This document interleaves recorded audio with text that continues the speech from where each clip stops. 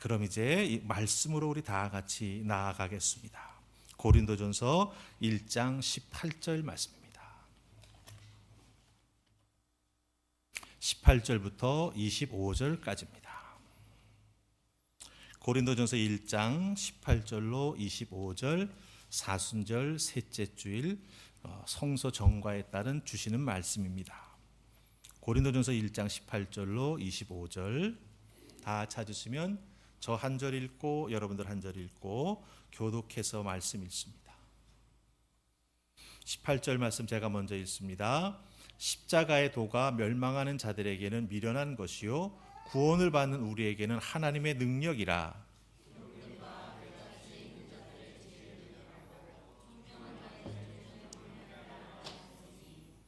지혜 있는 자가 어디 있느냐? 선비가 어디 있느냐?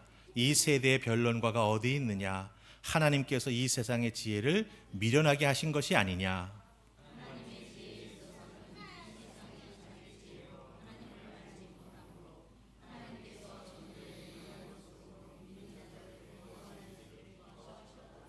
유대인은 표적을 구하고 헬라인은 지혜를 찾으나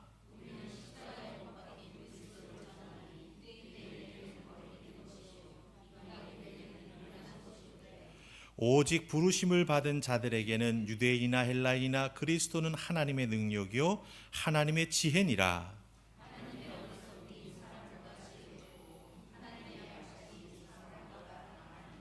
아멘. 우리가 함께 읽은 고린도전서 1장 18절로 25절 말씀에 우리 하나님 큰 깨달음을 허락해 주실 줄 믿습니다. 이제 우리 한우파 합평기 찬양대 귀한 찬양이 있겠습니다.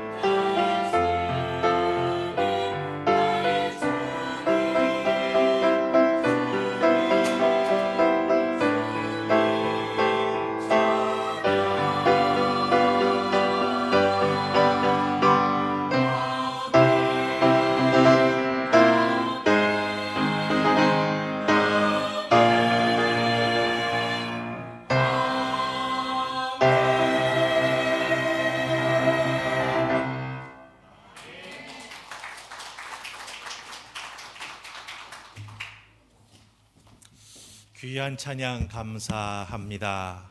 여러분 주님 전에 나와 사모하는 마음 가득 담고 예배자의 자리로 나아가고 계시지요? 예, 아멘인 줄 믿습니다. 여러분들 십자가 능력을 믿으십니까? 주님의 고난의 십자가, 그 십자가 은혜가 나를 살리셨음을 믿으십니까? 십자가 은혜를 믿는 우리의 믿음은 신실한 마음으로 믿어 의롭게 되고 내 입술로 시인하여 구원을 얻게 된다라고 하는 것을 믿으십니까? 사도 바울은 로마서 10장 10절에서 분명히 말합니다. 마음으로 믿어 의에 이르고 우리의 입술로 시인할 때 구원에 이르게 된다 말씀하십니다. 여러분 한 분 한 분은 마음으로 믿은 자들이고 입술로 시인하여 주의 구원의 은혜를 맛본 자들이라고 하는 것이죠. 그렇기 때문에 주님의 능력을 믿고 주님의 믿음을 주님 앞에 고백하며 나아가는 예배자가 될 때 우리 안에 주신 하늘의 은혜가 충만히 임하게 될 줄 믿습니다. 주님의 십자가 보혈로 내 죄 사함을 받았습니다. 죄 사함을 받고 우리는 영원한 생명을 얻었습니다. 하나님의 자녀가 되었습니다. 하나님께서 허락해 주시는 풍성한 삶을 살아가고 있습니다. 믿으십니까? 아멘. 왜 이렇게 우리가 목소리를 내어 아멘을 외치면서, 그렇죠? 예수 그리스도의 구원의 은혜 앞에 감사하며 살아나가는 믿음의 사람이 되어야 할까요? 이유는 단 한 가지입니다.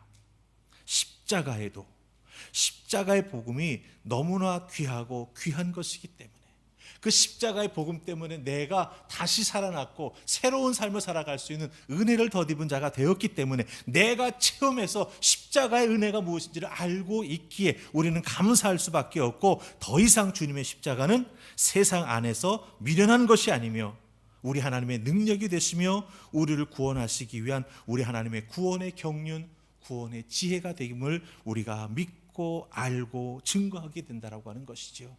이 은혜가 여러분에게 있기를 주님의 이름으로 축복합니다. 근데 여러분들, 사도 바울이 쓴, 우리가 고린도전서를 오늘 읽었지요.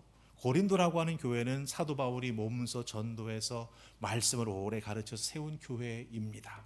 정말 구원의 은혜가 무엇인지, 십자가의 도가 무엇인지를 너무나 잘 알고 있는 교회입니다. 그럼에도 불구하고 오늘 말씀 우리가 잘 읽어보면, 특별히 사도 바울은 이와 같은 편지를 보낼 수밖에 없는 이유가 있었다라고 하는 거죠. 예수 그리스도의 구원의 은혜를 증거하고 그들을 가르쳐서 예수 믿는 자들로 세웠고 교회를 세웠는데, 그 주의 몸된 교회 고린도 교회가 사실은 복음의 그 열매가 어떤 모습으로 맺혀진지 아세요? 그 교회 안에 누가 누구 편이 될 것이냐, 나는 누구 편에 설 것이냐, 이렇게 쫙 갈라져 버리고 말았습니다. 같은 복음을 들었습니다. 사도 바울을 통해서 말씀을 배웠습니다. 구원의 은혜를 입었습니다. 그런데 그 결론은 나는 누구 편이냐가 된 거예요. 예수 그리스도의 그 교회가, 주님의 몸된 교회가 쫙쫙 사지가 찢어져서 갈라져 버리고 말았다라고 하는 겁니다. 나는 바울파, 나는 베드로파, 나는 아볼로파, 거기에 예수파까지 있어요. 교회 모습이 참 가관입니다. 복음을 들었는데 은혜 받았다라고 하는데 그 결과적인 모습은 뭐냐? 교회가 찢어져 버리고 말았다라고 하는 거죠. 그래서 너무나 답답한 사도 바울은요, 고린도전서 1장 13절에서 이렇게 묻습니다. 내가 너희를 위해 십자가에 못 박힌 사람이냐라고 묻습니다. 내가 너희를 위해 죽었냐라고 묻습니다. 그러면서 복음의 은혜는 말로 전해지는 것이 아니라 그리스도의 십자가 그 자체로 전해지고 증거된다라고 말해주고 있습니다. 여러분, 사도 바울의 이 선언은 참 중요합니다. 복음은 말로, 언변으로 아니라고 하는 거예요.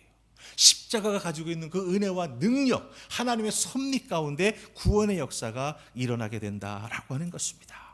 자, 그래서 이 내용을 우리가 좀 이해하기 위해서는 우리가 읽지 않았습니다만 17절 말씀을 좀 읽고 함께 생각을 나누어야 이해하기가 쉽습니다. 자, 우리 17절 다 펴셨습니까? 같이 읽습니다. 17절 시작.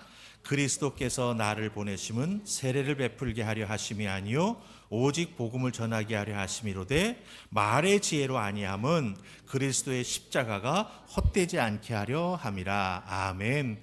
예수 그리스도의 십자가가 정말 귀하고 복되고 열매 맺는 십자가가 되기 위해서 사도 바울은 뭐라고 말합니까? 나는 말의 지혜로 하지 않았다라고 말합니다. 분명히 말로 가르쳤어요. 말로 증거했어요. 하지만 사도 바울은 그게 인간의 말이 아니라고 말하고 있다라고 하는 것입니다. 구원의 역사는 결국 인간의 유희의 언어의 유희로 끝나서는 안 된다라고 하는 거죠. 말 잘하는 거, 화려한 언변이 복음을 대신할 수 없다라고 하는 것입니다. 그래서 말의 지혜로 하지 아니함은 그리스도의 십자가가 헛되지 않게 하려 함이라고 말하고 있습니다. 이 당시 이 사도 바울이 복음을 전하고 교회를 세우는 이 당시 우리는 보통 헬레니즘 시대라고 이야기하죠.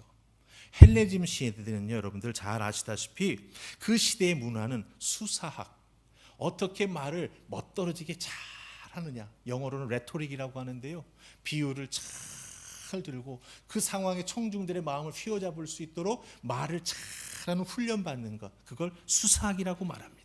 그리고 또 웅변적으로 사람들의 마음을 확 쥐어잡는 그런 웅변술, 궤변론, 이런 것들을 공부했습니다.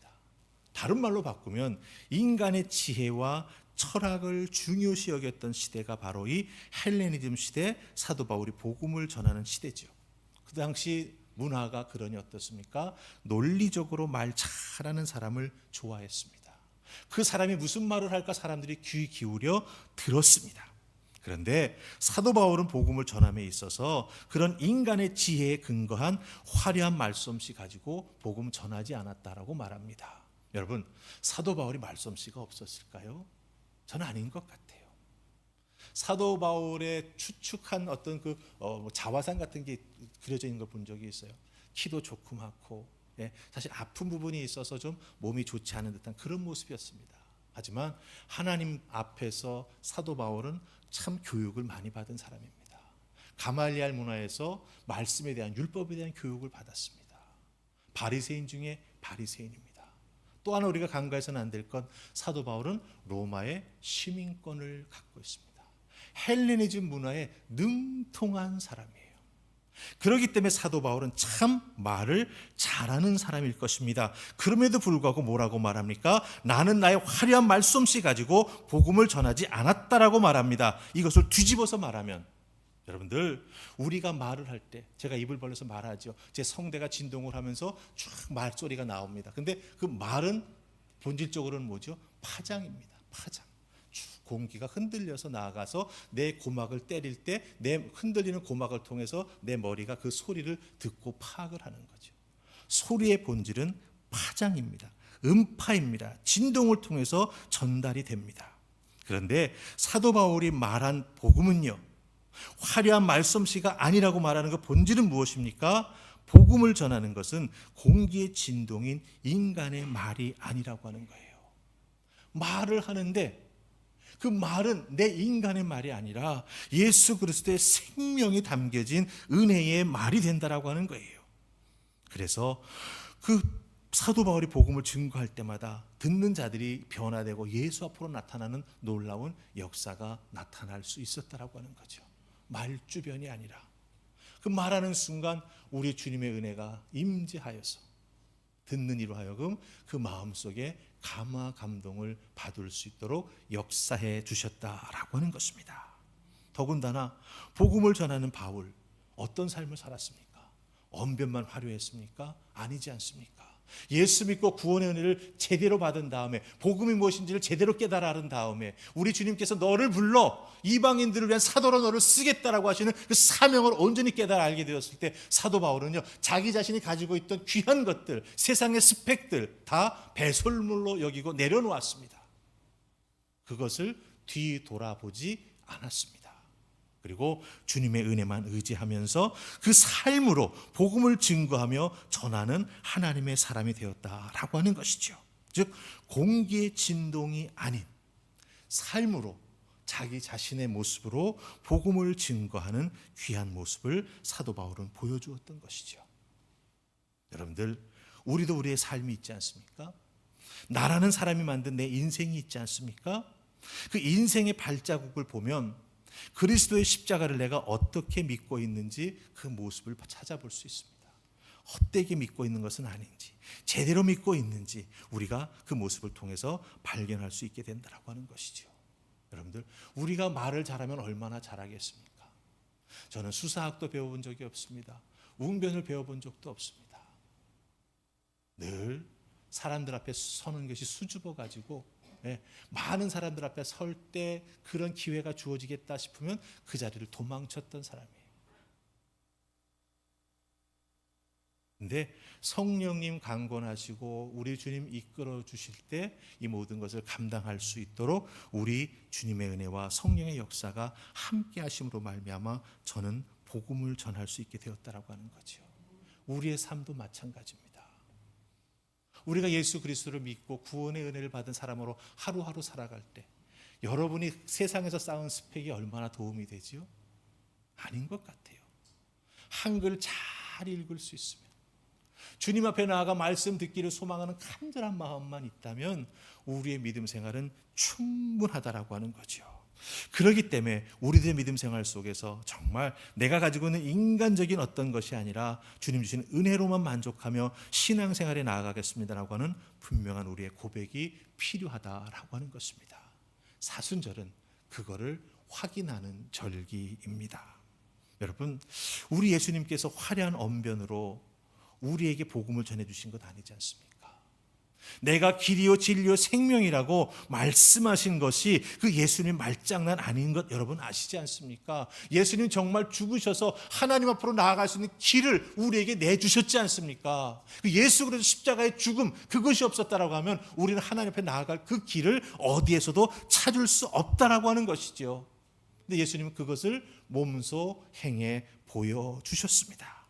십자가 위에서 죄인들을 위해서 자기의 생명을 내어주심으로 말미암아 거룩하신 하나님 앞에 나아갈 수 있는 길이 우리에게 열렸습니다. 그러기에 예수님은 진리이고 그러기에 예수님은 생명 자체가 되신다라고 하는 것이요. 우리 예수님은요, 말만이 아닌 십자가에 자기 자신을 내어주시는 그 죽음으로 말미암아 우리 모두를 예수 믿는 하나님의 사람 되게 해주셨고 영원한 생명을 얻게 해주셨다라고 하는 것입니다. 여러분들, 이 사순절 기간 동안 이 부분을 다시 한번 확실하게 되짚어야 합니다. 그리고 이것을 붙잡고 신앙생활에 나아가는 우리가 되어야 한다라고 하는 겁니다. 왜 그런지 아십니까? 십자가에도 그리스도의 십자가, 그 그리스도의 복음을 전하고 선포했을 때 과거에 우리도 그런 모습이 조금 있을 수도 있어요. 이 동일한 메시지, 동일한 복음의 선포를 듣는 사람들이 이상하게 두 개의 결과로 갈라진다라고 하는 거예요. 믿는 자, 안 믿는 자, 쉽게 이렇게 나눠진다라고 하는 거예요. 오늘 말씀 속에 보면 사도 바울은 그 사람들이 어떻게 나눠지게 되는가라고 하는 것을 우리에게 보여주고 있습니다. 복음을 어떤 마음으로 듣느냐가 복음이 미련한 것이 되기도 하고요, 하나님의 능력이 되기도 한다라고 하는 거예요. 자, 그럼 우리 18절 보십시다.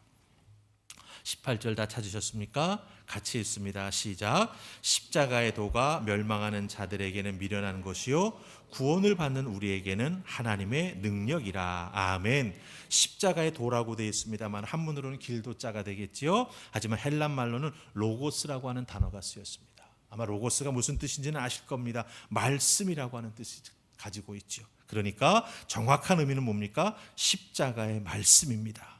이 십자가의 말씀을 중심으로 이 십자가의 말씀이 선포될 때 한쪽은 복음을 미련한 것으로 생각해서 받아들이지 않는 멸망할 자들이 생기게 되는 것이고, 다른 한쪽은요, 이 십자가의 말씀을 듣고 그 속에 있는 진리를 깨달아 알고 하나님의 사랑에 사로잡혀 가지고 구원받은 자들이 된다라고 하는 거예요. 멸망에 이를 자, 하나님의 구원의 은혜를 받은 자로 쫙 뭐로 갈려진다? 십자가의 말씀을 중심으로 좌우로 갈라지게 된다라고 하는 거예요. 제가 이 멸망하는 자가 어떤 의미인가라고 하는 걸 알아보고 싶어서 묵상도 하다가 여러 책 주석들을 참고하면서 한 가지 깊이 깨달은 게 있었습니다. 멸망하는 자라고 했을 때 사람을 멸망하는 사람이라고 이렇게 꾸며주는 것 같지요. 그런데 원래 헬라어를 보니까 그렇지가 않더라고요. 헬라어 단어는 아폴림이라고 하는 단어가 쓰였습니다. 멸망한다, 멸망한다 혹은 파괴한다라고 하는 뜻을 가지고 있어요. 근데 사도 바울이 멸망하는 자라고 할 때 이 말을 쓰면서 한국말 성경은 마치 멸망하는 것이 형용사처럼 번역을 했지만 원어 성경에서는요, 여러분들 현재 분사 수동형으로 쓰이고 있어요. 멸망하는 그 사람을, 이 멸망한다라고 하는 단어를 문법적으로 변형시켜 가지고 수식을 해주고 있다라고 하는 거예요. 현재 분사라고 하는 건 무엇입니까? 지금부터 시작해서 그 사람의 그 모습이 계속 이어져 나아가는 거예요. 수동형이라고 하는 건 무엇입니까? 내가 나에게 그와 같은 무언가 행동을 행해 나아가는 거예요. 그러니까 이게 무슨 뜻이냐면요, 여러분 잘 들으세요. 파괴 혹은 멸망시키는 자는 복음을 받아들이지 않고 거절함으로 말미암아 현재 지금부터 자기가 자기 자신을 스스로 파괴하고 멸망시키는 일을 하고 있다라고 하는 거예요. 근데 그것을 인식 못하는 거예요. 그래서 그 사람은 미련한 사람이에요. 아직 내 코끝에 호흡이 붙어 있으니까 지금 당장 죽어서 지옥 가는 것 아니기 때문에 지금부터 시작해서 계속 현재 진행형으로 자기가 자기를 파괴하고 있는 일을 하고 있음에도 불구하고 그것을 인식하지 못하고 나 잘 살고 있어, 예수 믿는 것보다 내 인생을 즐기는 게 더 중요해, 이런 식으로 생각하고 삶을 살아간다라고 하는 거예요. 근데 본질은 그게 아니에요. 자기가 지금부터 자기 자신을 파괴하는 일을 계속해서 언제까지? 죽을 때까지 행해 나아가고 있다라고 하는 거예요. 이게 미련한 자가 행하는 바로 멸망하는 행동이 된다라고 하는 거예요. 예수님 다시 심판주로 언제 오실지 모르니, 그때를 우리가 알지 못하니, 먼 미래의 일이니까, 나 죽기 전에 혹시 일어나지 않을 수도 있으니까 괜히 고민할 필요 없다. 근데 이게 아니라고 하는 거예요. 이건 정말 심각한 고민거리라고 하는 거예요. 왜냐하면 이 순간 이 땅에서 지금부터 나 자신을 멸망시키는 일을 내가 하고 있을 수도 있다라고 하는 거죠. 복음을 미련한 것으로 여기고 믿지 않고 따라 나아가 순종하지 아니할 때, 여기서 한 발자국만 더 깊이 들어가 볼까요? 예수 믿는 우리들, 여러분 복음에 온전히 순종하십니까?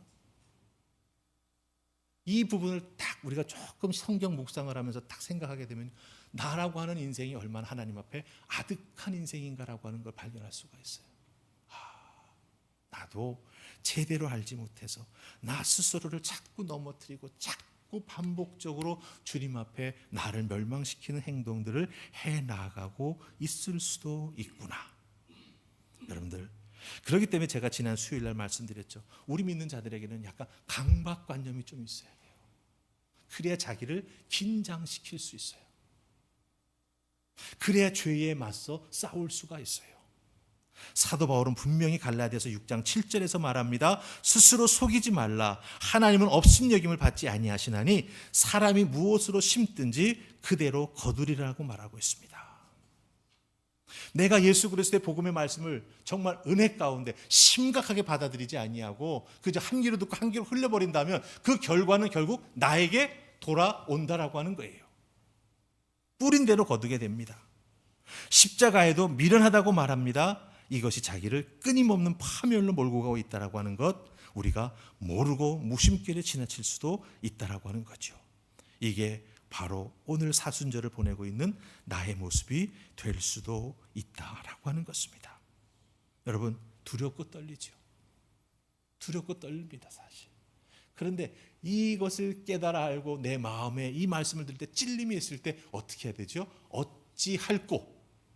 주님 앞에 나아가 회개하는 마음으로 나아갈 때 우리 주님은요, 다시 시작할 수 있는 은혜를 우리에게 허락해 주신다라고 하는 것입니다. 자, 그렇다고 한다면 이런 주장을 하는 사람들은요, 자기 자신들이 무슨 근거로 이런 주장을 하는지 제대로 알지 못하는 경우가 많이 있어요. 사도 바울은 오늘 말씀에서 그 연결고리를 우리에게 알려줍니다. 자기 자신을 계속 파멸의 길로 몰고 가고 있는데 왜 알지 못할까?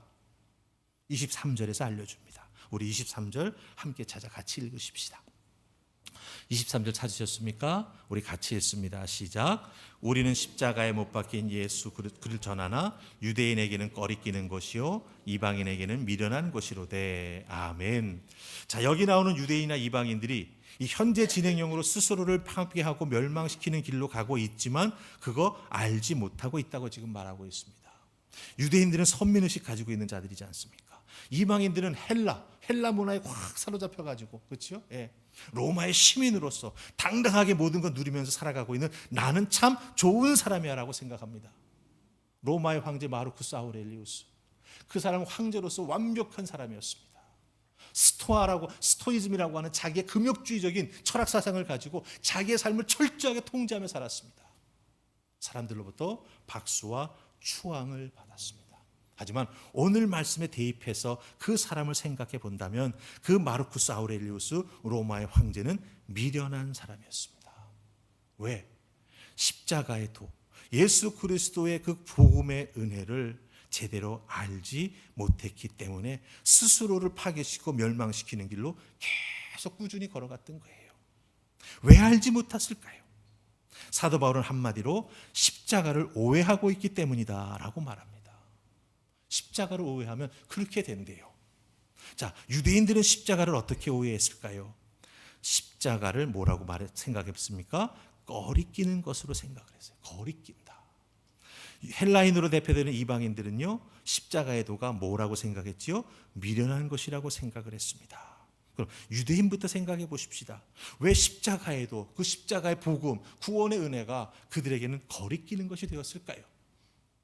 유대인은 하나님으로부터 메시아가 올 수 있다라고 하는 걸 구약을 통해서 알고 있는 자들입니다. 구원받는 놀라운 은혜가 하나님으로부터 갑자기 임할 수 있다라고 하는 걸 알고 있는 자들이에요. 그런데 그들이 가지고 있었던 메시아 사상은 어떤 사상이냐? 자기들을 구원해 주기 위해서 하나님으로부터 보냄받은 메시아는 마땅히 세상 사람들이 다 우러러보고 박수 칠 수 있고 와 환호할 수 있고, 예수 그리스도가 메시아가 행하는 기적을 통해서 놀라 자빠라지면서 그 앞으로 달려나아갈 그런 사람들을 확 끌어당길 행동을 해줄 메시아로 기대하고 있었다라고 하는 거죠. 그런데 그 메시아가 이 땅에 와서 십자가에 못 박혀 죽어야겠다라고 말하니 그들의 기대감은 완전히 무너져 내린 것이죠. 아니, 그거 기대감이 무너져 내려서 실망감만 생긴 게 아니라 오늘 말씀 보면은 그 십자가 예수 그리스도가 거리끼는 것, 거리끼는 사람이 되었다라고 하는 겁니다. 여기서 거리끼는 것이라고 하는 게 무슨 말인지 아십니까? 여기에 나와 있는 그 단어를 그대로 영어로 직역하면 스캔들입니다. 스캔들. 나 스캔들에 휘말렸어. 그거 뭐예요? 썸씽이 있다라고 하는 거죠. 그래서 유대인들에게 예수 믿는 것, 메시아를 믿고 의지하는 것, 그게 바로 스캔들이 됐다라고 하는 건 뭡니까? 자기가 수치와 불명예를 당한다라고 하는 거예요. 십자가의 도가 뭐가 되는 거예요? 수치가 되고 불명예가 되고 인생의 걸림돌이 되는 거예요. 왜 이런 생각합니까? 신명기 21장 23절 하반절에 나오는 말씀 때문에 그렇습니다. 나무에 달린 자는 하나님께 저주를 받았느니라. 이 말씀에 의해서 십자가 사형을 당하신 예수 그리스도, 십자가에 달려 죽으셨으니 하나님의 저주를 받았다라고 이해한 것이죠. 그러기에 예수 그리스도 메시아, 그분은 하나님의 구원자 아니라고 하는 거죠. 예수님이 전한 복음은 복음이 될 수 없다라고 하는 거죠. 오히려 신성모독이고 하나님을 욕하는 것이다라고 유대인들은 생각하게 되면서 복음은, 그 십자가의 은혜는 뭐가 된 거예요? 걸림돌, 스캔들이 되고 말았다라고 하는 거죠. 그러니 믿을 수 없고 인정할 수 없는 것입니다. 그럼 여러분, 헬라인으로 대표되는 이방인들에게 왜 십자가의 도는 미련한 것일까요? 이 헬라인들은요, 십자가는 사형도구입니다. 사형도구예요. 죄를 지은 자가 죽어야 되는 처형도구입니다. 죄를 지어서 가장 잔인한 사형 방법인 십자가의 사형으로 처해진 죄수 예수를 어떻게 하나님의 아들, 자신들의 구원자 메시아라고 믿을 수가 있겠습니까? 그 예수 그리스도, 마르쿠스 아우렐리우스 황제를 비교하면 천양지차인 거예요. 그러니까 예수는 미련한 것으로 보이고 십자가는 미련한 것으로 보이고 거기에 연관되면 스캔들에 얽힌 것이 되는 것이고 자기의 명예가 추락되는 것이고 자기의 지위가 메시아를 믿음으로 말미암아 복음을 들음으로 말미암아 업그레이드 돼야 되는데 다운그레이드가 돼버리니 여러분 믿을 수 있겠습니까? 따를 수 있겠습니까? 그럴 수 없는 거죠. 그럼 우리를 한번 보십시다. 여러분들에게 있어서 예수 그리스도의 십자가, 예수 그리스도가 메시아 되심, 나 같은 죄인 살려주신다라고 하는 그 은혜가 어떤 의미로 다가오십니까? 여러분에게 있어서 예수 그리스도의 그 구원의 은혜는 꺼리끼는 것입니까? 미련한 것입니까? 아니면 그 험한 십자가가 나에게 구원의 은혜가 됨을 믿고 세상 사람들이 무엇이라고 나를 평하든지 세상 사람들이 그 십자가 복음에 대해서 무엇이라고 말하든지 나는 그 십자가 예수 그리스도 그 복음만 믿고 의지하며 따라 나아가실 거라고 하는 분명한 믿음의 결단을 하고 살아가십니까? 아니면 때로는 편한 대로 가면을 바꿔 쓰면서 살아가고 계십니까? 우리는 분명히 고백해야 됩니다. 내가 믿는 예수님은 그리스도이십니다. 내가 믿는 예수님은 나의 구원자이십니다. 주 달려 죽으신 십자가는 험한 십자가이지만 그 험한 십자가는 나를 살리는 능력이 있음을 믿고 나아가는 우리가 되어야 합니다. 그 은혜, 구원의 은혜 앞에서 우리를 하나님께서 불러주셨습니다. 내 능력이 아니지요. 내 지혜가 아니지요. 내 말주변이 아니지요. 우리의 능력으로 십자가 앞에 나아간다라고 하는 것, 그건 있을 수 없습니다. 하나님이 우리를 구원시키려고 먼저 작정해 주시고 우리를 믿음의 영역으로, 그 신비한 영역으로 불러주셨기 때문에 이 모든 것이 가능한 것입니다. 그래서 사도 바울은 24절에서 이렇게 말하죠. 오직 부르심을 받은 자들에게는 그리스도는 하나님의 능력이요 하나님의 지혜니라. 여러분 모두가 하나님의 부르심을 받은 자들입니다. 그래서 그 하나님의 능력을 덧입었기에 바로 메시아 예수 그리스도가 내 구세주가 됨을 깨달아 알고 두 손 들고 자복하고 회개하면서 주님 앞으로 나아갑니다. 나 붙잡아 이끌어 주세요. 주님 한 번으로 만족하기를 원합니다. 험한 십자가 능력 있음을 믿고 나아가는 내가 되기를 소망합니다. 이런 믿음과 이런 고백으로 승리하는 여러분 되시기를 바랍니다. 우리 험한 십자가 능력 있네 우리 찬송 부르시면서 하나님 앞에 내가 어떤 믿음으로 서야 할지 한번 돌이켜 보시고 우리 기도하는 시간 가지십시다.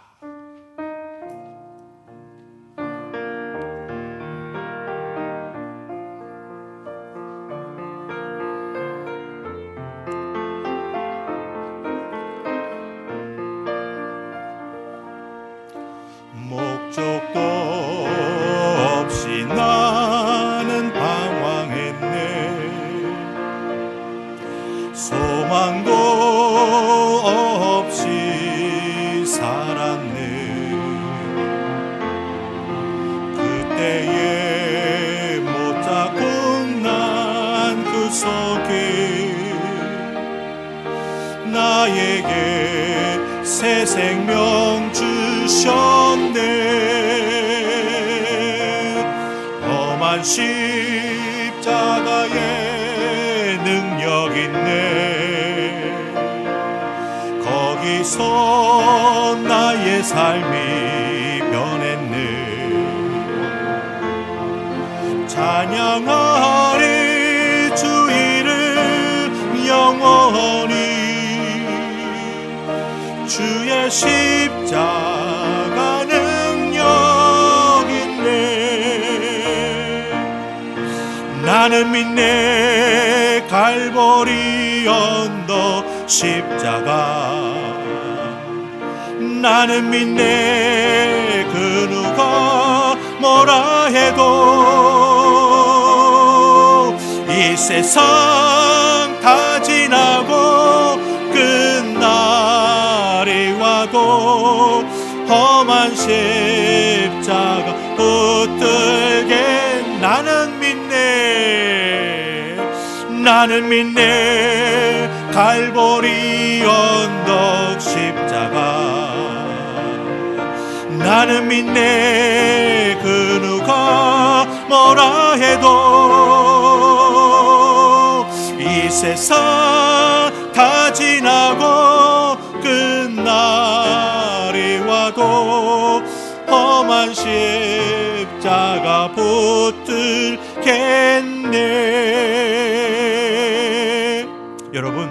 여러분의 믿음이 남이 뭐라고 해서 흔들리는 믿음이십니까? 그렇다면 한번 돌아보십시다.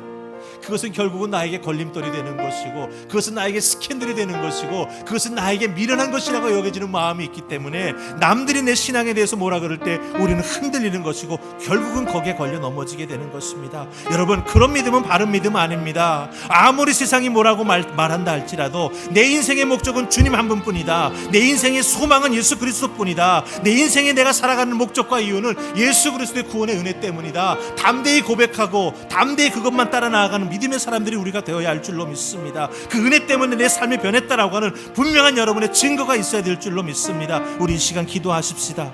주님, 그 은혜 안에 내가 온전히 나아갈 수 있도록 주여 도우시고, 그 은혜의 장중에 나를 온전히 붙잡아 주시사 내 죄는 다 씻어주시고 예수 그리스도의 시뻘건 보혈이 나를 새롭게 살림을 깨달아 하는 은혜로만 살아나가는 내가 될 수 있도록 주여 도와주시옵소서. 그 갈보리 언덕의 십자가가 내게는 수치가 아니라 내게는 자랑거리요 나를 살리는 생명의 기름을 깨달아 알고 주님만 따라 나아가는 하나님의 사람 될 수 있도록 주여 도와주시옵소서. 우리 입술을 열어 기도하십시다. 나의 연약함이 있다면 주님 그 연약함을 하나님의 은혜의 통로로 세우시사 강건케 붙잡아 주시옵소서. 확신이 없는 자들에게는 확신을 허락하여 주시옵소서. 담대한 믿음 가지고 세상을 이기며 살아나가는 하나님의 자녀가 될 수 있도록 십자가 은혜 허락하여 주시옵소서. 주여 외치며 기도하며 나아갑니다. 주여! 아버지, 오늘 주님 전에 나와 예배하며 나아갑니다. 내 신앙의 모습을 돌이켜봅니다. 예수 그리스도의 십자가 그 은혜, 그 십자가 그 은혜가 내게는 때로는 거리끼는 것이 될 때도 있었고 미련해 보일 때도 있었습니다.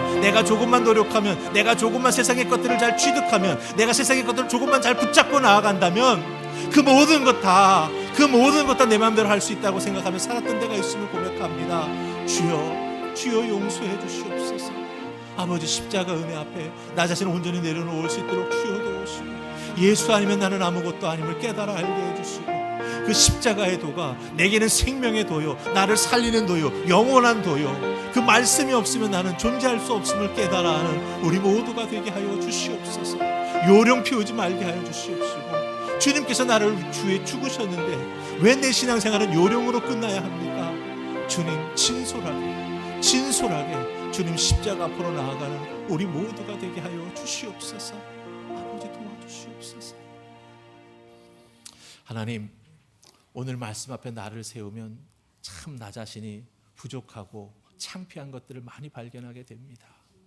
왜 이렇게 더덕더덕 누더기 같은 옷은 입고 있는지, 우리 주님께서 깨끗하게 씻어주시고 주님 맞을 때 입을 수 있는 귀한 신랑 신부의 옷을 입혀주셨는데 왜 그 옷은 다 온데간데 없어지고 누더기를 입고 있는지 나 자신을 돌이켜봅니다. 하나님, 분명 그 옷이 누더기로 변한 연유가 있을 것입니다. 주님, 회복시켜 주시고 다시 입혀주시사 주님 다시 이 땅에 오심을 예비하며 준비하는 아버지, 기름을 채운 등불을 들고 있는 하나님의 신랑 신부들 다 될 수 있도록 주여 도와주시옵소서. 아버지께서 이끌어 주시고 충만케 해주시며 새롭게 해주실 줄 믿사옵고 예수님 이름으로